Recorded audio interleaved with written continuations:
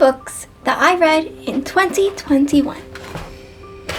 I'm gonna be honest, I didn't read as many books as I wanted to last year, and the excuse for that is because I have a day job.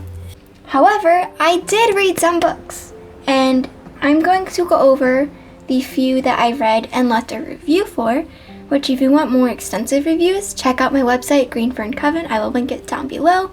So what book did I read first? Well, I tend to read a lot of poetry books because that is what I review. I'm a poetry author. That is what I do. The first book that I read in 2021 was The Witch Doesn't Burn in this one. After giving The Princess Saves Herself in this one, Amanda's first book, a try, being disappointed, and giving this book, her second in the Women Are Some Kind of Magic series, a try, I was also again left disappointed. And I think it's safe to say that Amanda's work is just not for me. While I very much enjoyed the themes that she tried to go for in her collection, the way she went about it in her poetry just made me lose that enjoyment. They felt heavily cliched and lacked a lot of poetic language. Usually in poetry, I like to have very descriptive language, one that paints an image in my brain that makes me feel. And with a lot of her work in this collection, it just wasn't there. I will have to say I did very much enjoy her longer pieces, the ones that were more personal to her. They felt a lot more genuine and packed with feeling. All in all, I gave Amanda Lovelace's book, The Witch Doesn't Burn in this one, 3 out of 4 stars.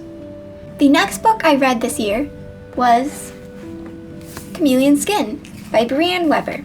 First off, the synopsis of this book was amazing. It was very wonderfully written, and it drew me into the story almost immediately. This was the first book by Brianne that I read, and going in, I didn't know what to expect. I did have some high expectations that sort of, towards the end of reading the collection, mellowed out. I loved the imagery in her book.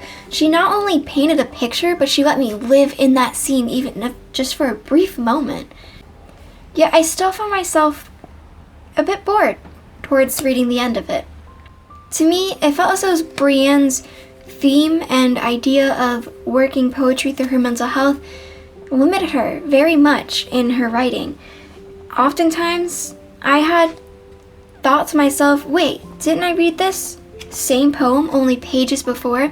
It felt very repetitive, but I did enjoy the book enough to give it 4 out of 5 stars, and I probably would read it again. The third book that I actually read and went ahead and reviewed was Embodiment of Wonder by Tanya. I'm gonna butcher her name, I apologize. Tanya Sengpung Thimkrufat.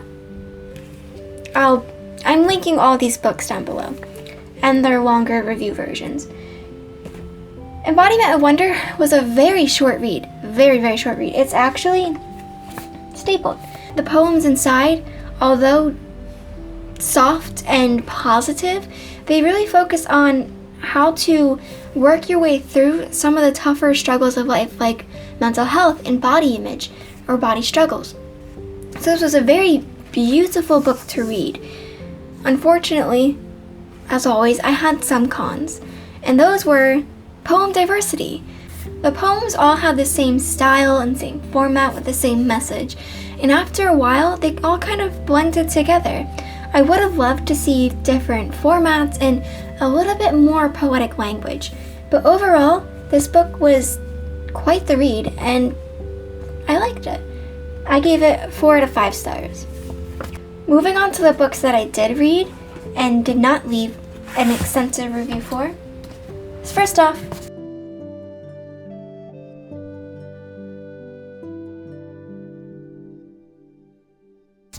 Ballad of Songbirds and Snakes by Suzanne Collins. This, as you can probably tell by the title, or the cover, without the sleeve jacket, is the prequel to the Hunger Games trilogy. Now, this series was my absolute favorite. I was obsessed with the Hunger Games throughout school, and even now I pretty much still am. And this book was probably the one I was most excited for to get to read and to have myself immersed back into this lovely world that I just enjoyed so much.